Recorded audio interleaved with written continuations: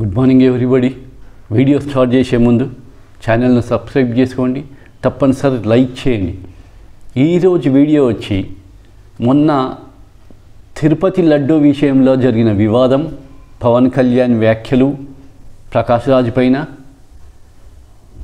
కార్తీ పైన ఒక video video చేస్తే నేనైతే ఆ వీడియోలో ఏవైతే అభిప్రాయాలను వెలిబుచ్చినో తమిళనాడు ప్రజలు, తమిళనాడు రాష్ట్రం మొత్తం అదే అభిప్రాయాన్ని వెల్లడించింది. పవన్ కళ్యాణ్కి వ్యతిరేకంగా, పవన్ కళ్యాణ్ వ్యాఖ్యలను ఖండిస్తూ తమిళనాడు మొత్తం దుమ్మెత్తిపోసింది పవన్ కళ్యాణ్. ఇదే ఈరోజు వీడియో. అయితే ఇదే తిరుపతి లడ్డు విషయమై వివాదం జరిగింది, కంట్రీ వైడ్గా సెన్సేషనల్ జరిగింది. పవన్ కళ్యాణ్ రీసెంట్గా జగన్మోహన్ రెడ్డి పైన ఒక వ్యాఖ్య చేసిండు. అది మంచి వ్యాఖ్య చేసిండు. ఏమన్నాడు? జగన్ను వదిలేయండి అన్నాడు. అది కరెక్ట్ విషయం. ఊకే కూడా దాన్ని పట్టుకొని వెళ్ళాడే విషయం అవసరం లేదు.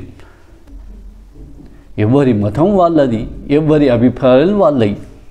జగన్ క్రిస్టియన్ అయితే క్రిస్టియన్ కావచ్చు, ఇక ఆ విషయాన్ని వదిలేయండి అన్నాడు. అంతే కదా, అది కరెక్ట్ విషయం. అయితే ఇక్కడ ఇంతకుముందు కూడా చెప్పుకున్నట్టు ఏంటంటే, పవన్ కళ్యాణ్ అప్పుడప్పుడు ఆవేశం ఆవరిస్తుంది, ఆవేశపూరితమవుతాడు పవన్ కళ్యాణ్ ఒక్కసారి. దీంట్లో కొన్ని వ్యాఖ్యలు చేస్తాడు. ఈ వ్యాఖ్యల వల్ల పవన్ కళ్యాణ్ కంట్రీ వైడ్గా చర్చనీయాంశమైన విమర్శలు వచ్చినాయి, ప్రశంసలు వచ్చినాయి. దీనివల్ల ఇదే లడ్డు విషయంలో ప్రాయశ్చిత్య దీక్ష చేసిండు. దీని గురించి మనం చెప్పుకున్నాం ఆల్రెడీ, అది అనవసరమైనది. నెక్స్ట్ వచ్చి సనాతన ధర్మం గురించి తీసుకున్నాడు ఒక్కటేసారి. పవన్ కళ్యాణ్కి అప్పుడప్పుడు ఆవేశం ఆవరిస్తుంది, ఆయనకు కంప్లీట్ ఆవేశానికి లోన్ అవుతాడు. ఆవేశానికి లోన్ అయితే పొరపాట్లు జరుగుతాయి. ఇదే పవన్ కళ్యాణ్ చేసింది. సనాతన ధర్మాన్ని తీసుకున్నాడు, హిందూ మతాన్ని తీసుకున్నాడు. సనాతన ధర్మాన్ని తీసుకొని సనాతన ధర్మం గురించి నేను ప్రాణాలైనా అర్పిస్తా అన్నాడు. ఇవన్నీ సినిమా డైలాగులు.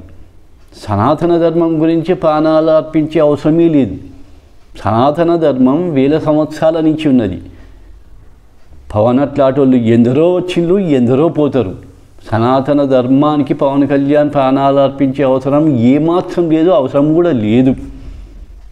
పవన్ కళ్యాణ్ ఏదైనా ప్రాణాలు అర్పిస్తే 21 సీట్లలో పోటీ చేస్తే 21 సీట్లలో గెలిచిన ఆంధ్రప్రదేశ్ ప్రజల గురించి ప్రాణాలు అర్పించాలి. అయినా కూడా పవన్ కళ్యాణ్ ప్రాణాలు అర్పించే అవసరం కూడా లేదు ఆంధ్రప్రదేశ్ ప్రజల గురించి. వాళ్లకు మంచి చెయ్యాలి, ఆంధ్రప్రదేశ్కు మంచి చెయ్యాలి. తనని గెలిపించే అధికారాన్ని ఇచ్చి ప్రజలకు మంచి చెయ్యాలి, మంచి జరగాలి రాష్ట్రానికి. అది కావాల్సింది. సనాతన ధర్మానికి గురించి నేను ప్రాణాలు అర్పిస్తా, ఇవన్నీ రాజకీయ నాయకుల డైలాగులు చూస్తాం మనం. దేశం కోసం ప్రాణాలైనా అర్పిస్తాం. కొన్ని ఏండ్ల నుంచి డైలాగులు. వాడు అర్పియడు, ఏం లేదు ఎవడు కూడా. రాజకీయ నాయకుడు వచ్చేదే స్వార్థం గురించి వస్తాడు. వ్యాపారం ఇది 100% వ్యాపారం. 1000 కోట్లు సంపాదించుకునేటానికి రాజకీయ నాయకుడు వస్తాడు. 99% కూడా కాదు, ఏ లక్షలల్లో ఒక్క రాజకీయ నాయకుడు ఉండవచ్చు నిజమైన రాజకీయ సేవ, ప్రజలకు సేవ చేయడానికి. ఈ కాలంలో మాత్రం లక్షలల్లో కూడా ఒక్కడు ఉండడో లేడో చెప్పలేం. కాకపోతే పవన్ కళ్యాణ్ ఎక్సెప్షనల్. నీతివంతమైన రాజకీయం చేస్తాడు, ప్యూర్గా ప్రజల గురించే వచ్చిండు. కాకపోతే ఏంటంటే ఈ ఆవేశంతో కూడుకున్న మాటల వల్ల నష్టపోయిండు. ఈ 1 వీక్లో పవన్ కళ్యాణ్ మీద చాలా విమర్శలు వచ్చినాయి. ఆవేశానికి లోనై ప్రవచనాలు వల్లిస్తాడు పవన్ కళ్యాణ్. సేమ్ అదే జరిగింది కార్తీ విషయంలో. ఇంతకుముందు చెప్పుకున్నాం కూడా వీడియోలో. అనవసరంగా కార్తీని క్రిటిసైజ్ చేసిండు. అయినా కూడా సరే, ఎందుకు వచ్చిన లొల్లి, సినీ ఫీల్డ్ అనిచేస్తారు కదా. అందుకనే పెద్ద వర్గాలకు, పెద్ద హీరోలకు కానీ, పెద్ద గ్రూపులకు కానీ చిన్నోళ్ళు భయపడతారు సినీ ఫీల్డ్లో. ఎందుకంటే వాళ్ళు తొక్కేస్తారు. ఆ భయానికి కార్తీ సారీ చెప్పిండు, తప్పు లేకున్నా సారీ చెప్పిండు. కానీ కార్తీ ఏం చెప్పిండు? నేను వేరే ఉద్దేశంతో ఏమని లేదు, అయినా కూడా నేను సారీ చెప్తానా అని ఒక్క 2-3 మాటలల్లా చెప్పిండు కార్తీ. దానికి పవన్ కళ్యాణ్ ఆన్సర్ ఇయ్యలేక చచ్చిపోయిండు. పవన్ కళ్యాణ్ 30 నిమిషాల ఆన్సర్ ఇచ్చిండు దానికి. తప్పు జరిగిపోయింది కదా పవన్ కళ్యాణ్ నుంచి. అప్పటికే నష్టం జరిగిపోయింది పవన్ కళ్యాణ్కు. ఈవెన్ తెలుగుదేశం పార్టీకి ఫాలోవర్స్ ఉన్న సోషల్ మీడియా, తెలుగుదేశం పార్టీకి సంబంధించిన సోషల్ మీడియా కూడా పవన్ కళ్యాణ్ కార్తీక్ని అట్లా అనవలసి ఉండకపోనుండే. ఎందుకంటే కార్తీది అందులో తప్పేం లేదు, ఆయన అన్నదాంట్లో తప్పే లేదు, అనవసరంగా ఓవర్ రియాక్ట్ అయిండు అని తెలుగుదేశం పార్టీ సోషల్ మీడియా మొత్తము కామెంట్ చేసిండు. దాంతో పవన్ కళ్యాణ్కి నష్టం జరిగిపోయింది. ఇది ఇక్కడ విషయం తీసుకుంటే, ఆంధ్రప్రదేశ్ విషయం తీసుకుంటే, నెక్స్ట్ వచ్చి తమిళనాడులో మాత్రం పవన్ కళ్యాణ్ను ఉతికి పారేసిండు. పవన్ కళ్యాణ్ మామూలుగా కాదు, తమిళనాడు మొత్తం మండిపడ్డారు పవన్ కళ్యాణ్ మీద. పవన్ కళ్యాణ్ అప్పుడప్పుడు నీతి సూత్రాలు వల్ల ఇస్తాడు కదా, ఆ వీడియోలన్నీ బయట పెట్టిండు. పవన్ కళ్యాణ్ ఒక వీడియోలో ఏమన్నాడంటే, క్రిస్టియన్స్ నాకు బాప్టిజాన్ని ఇచ్చిండ్రు, బాప్టిజంలో ఎంతో కొంత మంచి ఉండడం వల్లనే అంతమంది ఆకర్షితులు అవుతున్నారు. ఈ వీడియోను బయటపెట్టిండు. బయటపెట్టి అక్కడి ప్రజలు కూడా కామెంట్ చేసేది ఏంటి అంటే, వైఎస్ జగన్మోహన్ రెడ్డి క్రిస్టియన్ అయితే కావచ్చు, అలా తప్పే ఉన్నది, నిజమే. ఎవరి మతం వాళ్ళు, ఎవరి ఆచార వ్యవహారాలు వేరు, ఎవరి ధర్మం వాళ్ళు. ఎక్కడ వస్తుంది అంటే ఒక్క మతం వాళ్ళు ఇంకొక మతాల మీద కామెంట్లు చేసినా, వ్యాఖ్యలు చేసినా ప్రాబ్లం వస్తుంది, తక్కువ చేసినా కూడా ప్రాబ్లం వస్తుంది. అది చేయడం తప్పు. జగన్మోహన్ రెడ్డి క్రిస్టియన్ అయితే క్రిస్టియన్ కావచ్చు, ఎవరి ఇష్టం వాళ్ళు, ఒకరి దానికి ఒకరు అడ్డు రావద్దు. అట్లంటే పవన్ కళ్యాణ్ వైఫ్ కూడా క్రిస్టియనే కదా అని నెటిజన్లు క్వశ్చన్ చేస్తాను. నెటిజన్లే కాదు, తమిళనాడు మొత్తం బగ్గుమన్నది. ఈ వీడియోలన్నీ బయట పెట్టి ట్రోల్ చేస్తాను పవన్ కళ్యాణ్.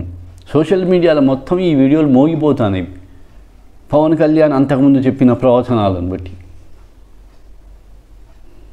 ఇటు కార్తీ విషయంలో బ్లేమ్ అయిపోయిండు. ఇంకొకటి ప్రకాష్ రాజ్ విషయంలో కూడా 100% పవన్ కళ్యాణ్ది తప్పు. ఆడ కూడా అనవసరంగా ప్రకాష్ రాజ్ మీద ఫైర్ అయ్యిండు. Prakash Raj 100% correct person, 100% correct question చేస్తాడు. ఆ క్వశ్చన్ చేస్తే రాజకీయ నాయకులు భరించలేరు. మరి ఆ లక్షణాలు కూడా మెల్లగా పవన్ కళ్యాణ్కి వస్తానయా అనిపిస్తున్నది. ఇక డైరెక్టర్ కృష్ణవంశీ జనరల్గా నెటిజన్స్కి అడిగే క్వశ్చన్లకు ఆన్సర్ చేస్తూ ఉంటాడు. సోషల్ మీడియాలో, ఎక్స్లో, ట్విట్టర్ వీటిలలో ఆన్సర్ చేస్తూ ఉంటాడు. అయితే రీసెంట్గా ఒక నెటిజన్ క్వశ్చన్ చేసిందట ట్విట్టర్లో, పవన్ కళ్యాణ్ ఈ లడ్డు వివాదంలో పవన్ కళ్యాణ్ మీద మీ ఒపీనియన్ ఏంది అని. దాని మీద కృష్ణవంశీ మాట్లాడిండు. కృష్ణవంశీ కూడా సినీ ఫీల్డ్లోడే. సరే, పవన్ కళ్యాణ్ని బాగా ప్రైజ్ చేసిండు, పొగిడిండు. Pawan Kalyan real time hero, నిజంగా రియల్ టైం హీరోనే పవన్ కళ్యాణ్, అందులో డౌట్ పడవలసిన అవసరం కూడా లేదు. పవన్ కళ్యాణ్ నీతిమంతమైన రాజకీయాలు చేస్తాడు అని కామెంట్ చేసింది కృష్ణవంశీ. అది 100% కరెక్ట్, 100% కరెక్ట్. నీతివంతమైన రాజకీయాలు చేయడానికే వచ్చిండు పవన్ కళ్యాణ్. కృష్ణవంశీ ఇంకొకటి కామెంట్ చేసిండు, యోగి ఆదిత్యనాథ్ దాస్ ఉత్తరప్రదేశ్ ముఖ్యమంత్రి, సన్యాసి యోగి ఆదిత్యనాథ్ దాస్ తర్వాత అంత విలువలు పాటించే వ్యక్తి పవన్ కళ్యాణ్ అన్నాడు. సరే, ఇక్కడ కొంచెం మాట్లాడుకోవాల్సి వస్తుంది. రీసెంట్గా ఉత్తరప్రదేశ్లో అన్ని మంచికేం జరుగుతలేవు. యోగి ఆదిత్యనాథ్ దాస్ కరప్షన్ చేయవలసిన అవసరం లేదు, కరప్షన్ చేసే అవసరం లేదు, ఆయనకు ఫ్యామిలీ లేదు, ఆయన ఒక సన్యాసి. అక్కడి వరకు ఓకే.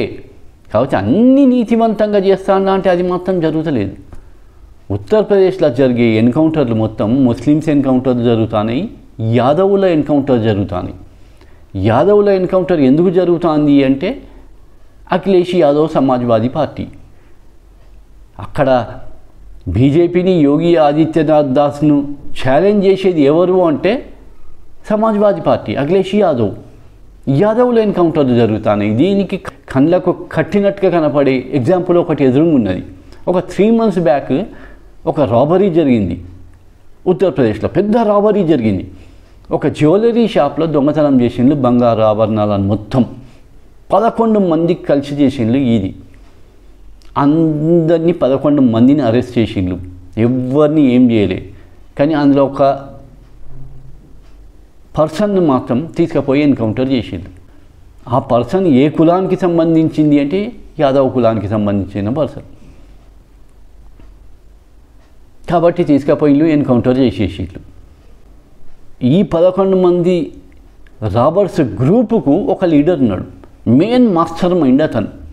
మెయిన్ మాస్టర్ మైండ్ దీన్ని మొత్తం నడిపించి చేసింది, ప్లాను గీను స్ట్రాటజీ ఎవ్రీథింగ్ ఆ పర్సన్ వచ్చి రాజ్పుత్. యోగి ఆదిత్యనాథ్ దాస్ రాజ్పుత్. ఈ టీంకు మొత్తం రాబరీ టీంకు లీడ్ చేసిన వ్యక్తి మాస్టర్ మైండ్ రాజ్పుత్. ఆయనని ఎన్కౌంటర్ చేయలే. ఒక యాదవుడు అందులో ఒక మెంబర్ సభ్యుని తీసుకుపోయి ఎన్కౌంటర్ చేసిండ్రు.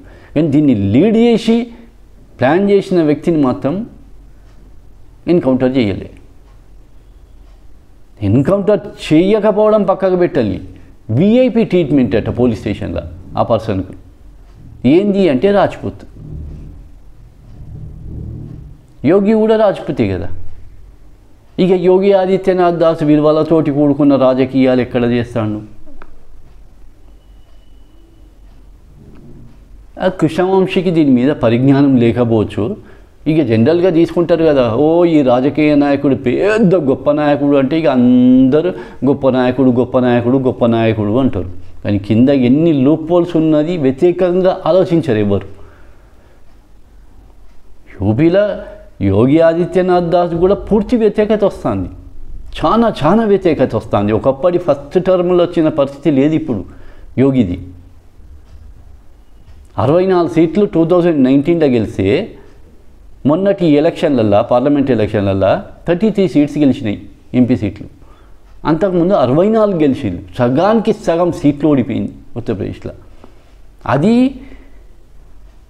మాయావతి బీఎస్పీ పూర్తిగా బీజేపీకి సపోర్ట్ చేసింది. పూర్తిగా అంటే 100% సరెండర్ అయి బీజేపీకి సపోర్ట్ చేయంగా కూడా 33 సీట్లలోనే గెలిచింది. అక్కడ యోగి ఆదిత్యనాథ్ దాస్ పాలన ఏం బాగేం లేదు, పెద్ద నీతివంతమైన పాలన ఏం చేస్తలేడు. చాలా వ్యతిరేకత ఉన్నది ఉత్తరప్రదేశ్లో, భయంకరమైన వ్యతిరేకత ఉన్నది బీజేపీ పట్ల, యోగి పాలన పట్ల.